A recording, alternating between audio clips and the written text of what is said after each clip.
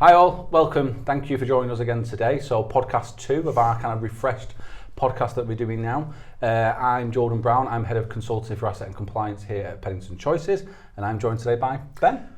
Ben Davidson, Head of Survey Services for Pennington Choices. So responsible for, thank you, heading up our stock condition contracts in the main, as well as EPCs and damp and mould. But yeah, the conversation today is specifically around decent homes, which... Yes, Decent Homes 2 is... Decent Homes 2. Consultation is upon us. I think the first thing I want to say, and watching this as well, we put some posts out there. I would absolutely suggest that you go and do your feedback on them and kind of get your opinion across based upon kind of what's being released and what the proposed changes are going to be as well.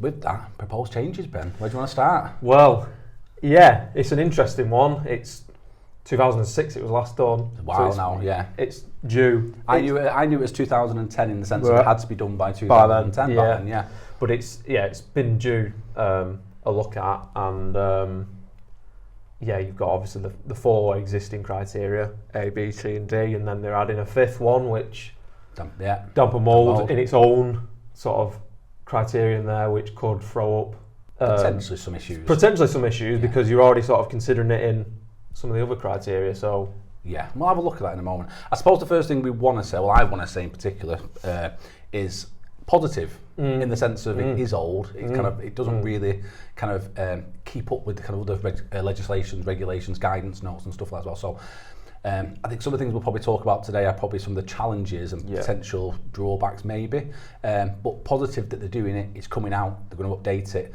and actually bring it back up to kind of in line with other things that are in there as well. In line with where sort of the current climate environment is, it needs it. It's been overdue really, because there's been rumours of it coming out and then it's gone away because of change of government, stuff like that. So yeah, it is a positive that the industry needs it. But yeah, there's some interesting bits and pieces in there. And I think from my point of view, I look after obviously HHRS and HHRS training and stuff like that as well. And we've had the review of HHRS 2 for 2 years now, I think 18 months, 2 years since we knew what some of the changes were going to be, which is intrinsically linked to this decent home standard. And I must admit, a lot of questions I've had from clients over the years is, when is the new one coming out? And it's like, well, when's decent homes coming out? So it's nice for us to kind of get into the pathway of getting both of these out now. Yeah, tying it all together is best rather than one at one point and then another, because again could just cause mass headaches for all. But yeah, HHSRS in its own right has needed a look at. You got your vulnerability categories, the national averages, all need updating because again, time's moved on. Statistics in particular, and kind of obviously the damp and mould one, in particular, kind of not reflective of kind of where we are today. It's going to be interesting. So let's do some structure to this then. So we take them step by step. Jumping at the most controversial one, I think you think as well, maybe? Yeah, I think so. State of repair. Yes. It is an interesting one. Criterion B as it is now, as of now, looks at age and condition of a component. Yes. Going forward, they're going to sort of remove the age part, that's the consideration, and purely look at condition, which,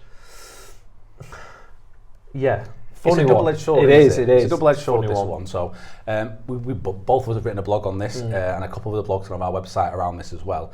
I think from my point of view, with a repairs background in particular, my nervousness is around implications for repairs and maintenance and the reactive nature of kind of where I think traditionally organisations have tried to, as much as possible, move to a split, as in 60-70% investment and 30-40% of day to day, and move towards that planned approach in terms of improving properties, which is, in my opinion, the right way to go about things. There's kind of economies of scale, there's thought process, there's planning, work with residents quite easy. It seemed really, really a good way to do things. With this change coming in, and I've spoken to a number of directors and heads of and operational leads around this as well, there's a real fear factor that we are going to end up pushing things more reactive rather than proactive, I suppose.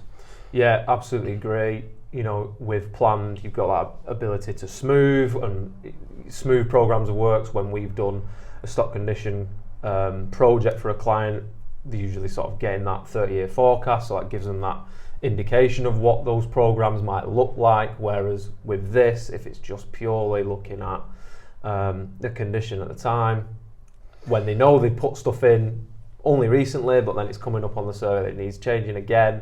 So I suppose the thing comes for me is kind of that planning, if you like, of kind of investment programs, 30-year plans, 5-year plans, etc. as well. I suppose what will happen operationally really is organisations are still going to need that 2030, even if it's not in the guidance itself, they're still going to need that to be able to forecast and plan and build budgets around and understand what they're going to do as well. So yeah, it feels a strange one.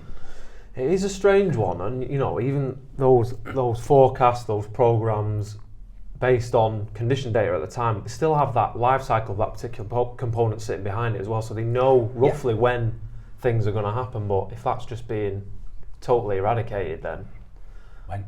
And also as well, I suppose the other side of it is, from a day-to-day point of view in terms of looking at kitchens, well, there's a couple of elements to this. The first one is kitchens will deteriorate at slightly different rates with different people in there, I suppose, who looks after it, who doesn't look after it. So we've always had that, and we've managed that quite well with the kind of the age requirements on these.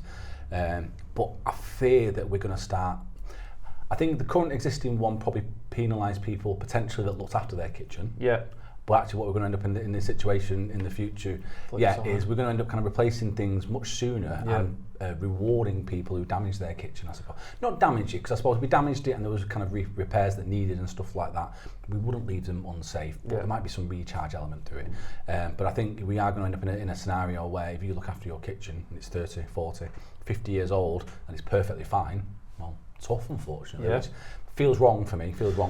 Yeah, it does, and even now where we're looking at the life cycle of that kitchen at the time, applying the condition, it's like you say, if it's at life cycle, surveyor's got that ability to sort of knock it on 5 years if it's gonna continue to be looked after and whatnot. Whereas this would just be sort of similar, but like you say, in them ones where it's been a newer program of kitchens and somebody's not looked after it, it's down for replacement again. So sort of doubling up a little. It does. So it needs a bit of thought through this as well.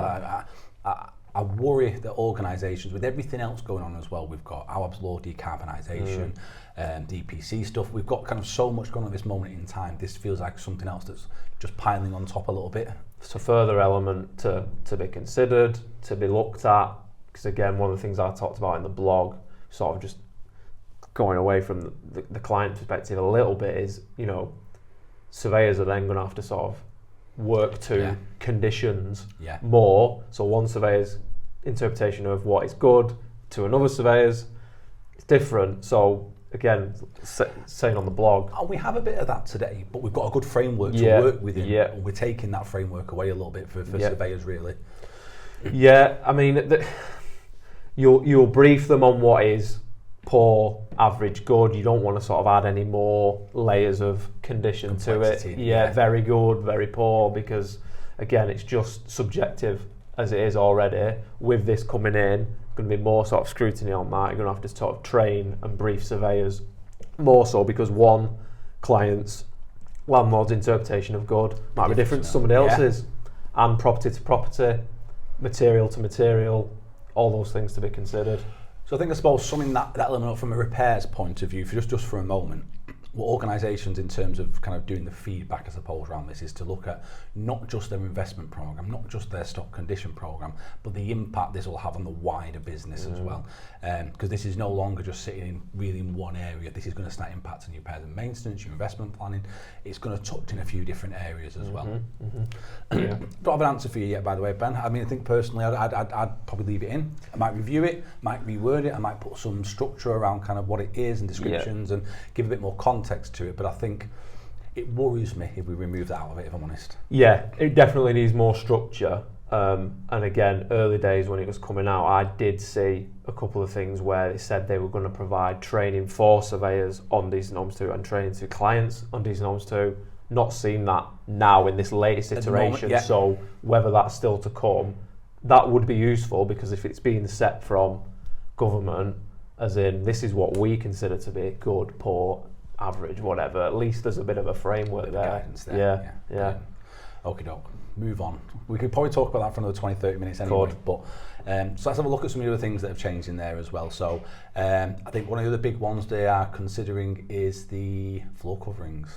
Yeah. in terms of adding these in as a key component to be considered. An interesting one, we do pick up floor coverings currently on a number of our contracts, particularly in communal areas, because they want, clients obviously want to know that information, but in terms of into dwellings and stuff, not a normal one, not a common one. It's not. I suppose in terms of the kind of supplying of floor coverings for void properties as well that comes along with this, they do it in Wales actually. Yes, they do. Works quite well in Wales. Some of the clients we work with over there, but there was a huge cost implication with this as well. Again, go back to the comment I made before around all the differing kind of financial pressures on organising. I've just looked at asset, nothing around kind of new builds and building and rent, stuff like that as well. I think in my blog I put in there kind of in terms of it as a pure principle, I think it's a really good idea. And it's really, people should be moving into these properties kind of ready to move in. Furnished, really. Yeah, bring me own bed and sofa and stuff like that, but actually I don't have to worry about carpets and floor coverings, etc. But massive financial impacts on the organisation doing this. Also starts to feel like it trips into other worlds as well, because where does liability lie then when it comes to floor coverings? And so before, we do a lot of HHSRS training around this, that talks about essentially landlords' obligations on things that are theirs. And is that carpet theirs? Do people try and gift it or sell it? How does that implicate? And I don't know. I don't think anyone has answered this moment in time, but I think it's not as straightforward as, yes, you put these floor coverings in. Yeah, and it adds another layer to some of the HHSRS criteria as well, falls on the level. Well, you've put that carpet in and I've slipped on it or fallen it, and what? So you're adding further dimensions to that. Interesting one. Interesting one as well. And again, we'll end up in the scenario where later down the line, for the first properties that come through this, fantastic brand new carpets and floor coverings. But then there's an assessment then, 3, 4, 5, 6 years later, do you take them out, do you put new ones in, or do you leave these ones in? If I leave them in, I meet the criteria that decent homes set to leave floor coverings in, but they might not be in great condition. But it's expensive, not just expensive to take out, but there's a time lag in there as well for void turnaround times as well, because then you need to get a specialist floor fitter in to come fit your flooring as well. Yeah, further implication of another trade coming in to get it done, as well as everybody else who's going into that void. So I think we're in that realm now where we talked about right at the start of this, which is kind of, we can see why we're doing some of these things and we welcome these improvements, but there needs to be some thought behind the implications of putting some of these in there as well. Yeah, agree. Fantastic. Other things I'm trying to think of remain now coming through. The damp and mould, new criteria. Yeah, criteria E, damp and mould. Is it, is the property free of damp and mould? It's a real interesting one. I said I do the HHS training, and one of the questions that always comes up to me prior to this, one of the questions that always comes up to me is, what is an acceptable level of damp and mould? And there's a number of factors involved of what is acceptable, what isn't acceptable. So a reasonably large patch in the back of a cylinder cupboard somewhere kind of thing might be okay, depending on the circumstance of even scoring. Same patch or smaller patch in a bedroom probably won't be. So I do talk to landlords a lot around why would you wait? So actually, damp and mould in particular is a visual evidence that there's either a defect or the property's not in proper use, whatever it might be. That's a can opener for you to go, let's have a look and do something. But in the HHSRS at the moment, it's category 1, we have to.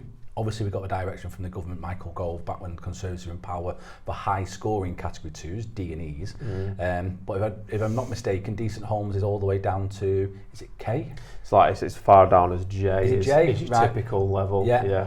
So basically, any property that's going to have any evidence of damp and mould in there, we will have to do. I think is a good step. My only concern about it is it now doesn't align with HHSRS. No. Maybe the new version of HHSRS will take that into consideration.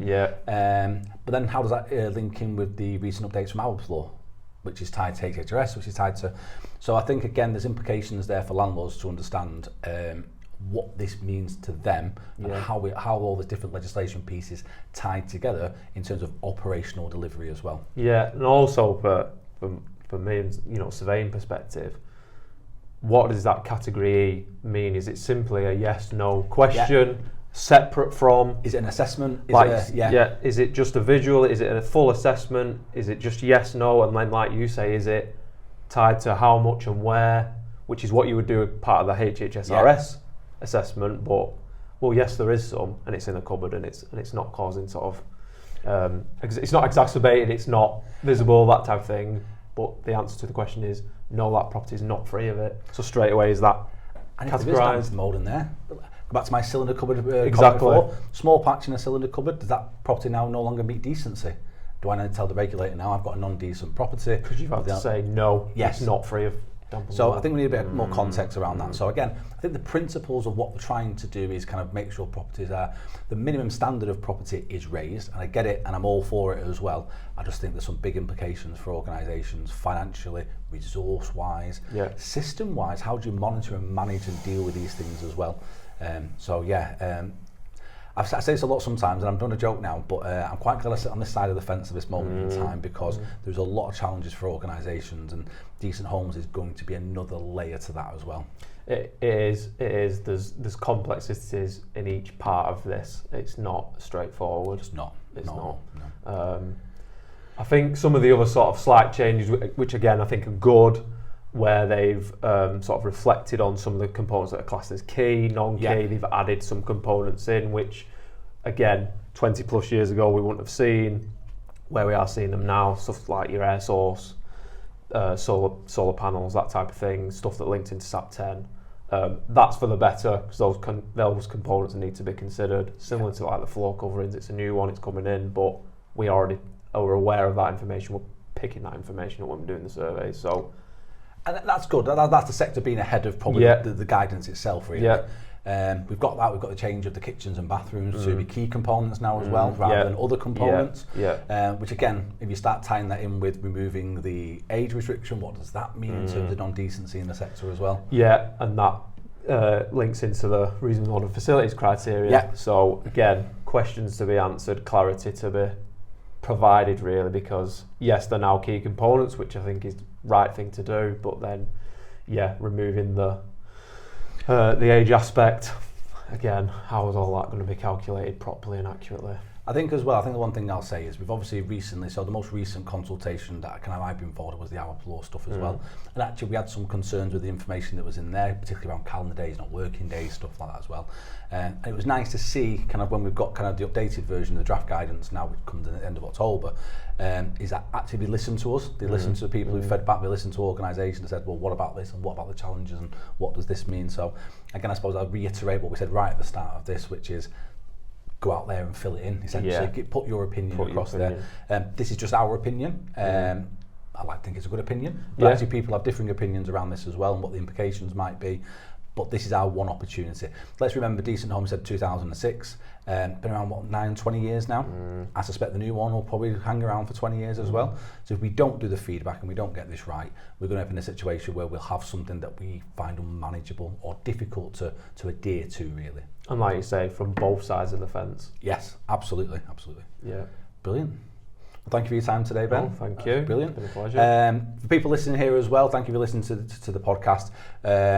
Stay in touch. We've got another one coming out in a couple of weeks, Our Peeps, where Latrice Thomas and Stuart Kerr will be sat in our seats at this moment in time, and they'll be talking through Our Peeps and updates and the thought process around that. Excellent. Also, don't forget our webinar that we've got on the 17th of September around decent homes. We'll go into a bit more detail there, a bit more structured, won't be as free flowing in terms of conversation, but we'll go into a bit more detail, what it means, repercussions, kind of, and some more thoughts from the wider business around some of this stuff as well. So I'd encourage you to come along to that. And finally from me as well, if you've not seen it, we're doing a piece of work with Housemark around doing a research piece around damp and mould, particularly topical with Awab's law in particular, but also links into decent homes as well. So I'd encourage you to get involved in that as well and kind of give us some feedback around damp and mould. The whole purpose of that is to help us get some insights around kind of what's going on, what organisations are doing, what they are delivering, but also allows us to kind of help provide some feedback back around what we see in the sector as good practice, bad practice, I suppose, what works, what doesn't work. So hopefully feed into us and we'll allow kind of some feedback back and hopefully help the sector kind of get better at the things we're doing right now. Thank you. Thank you for joining us today. If you would like to speak to one of our in-house experts, please get in touch either via our website or across our social media pages. Pennington Choices, providing property surveying, consultancy and project management services to organisations nationwide. Our expertise, your solution.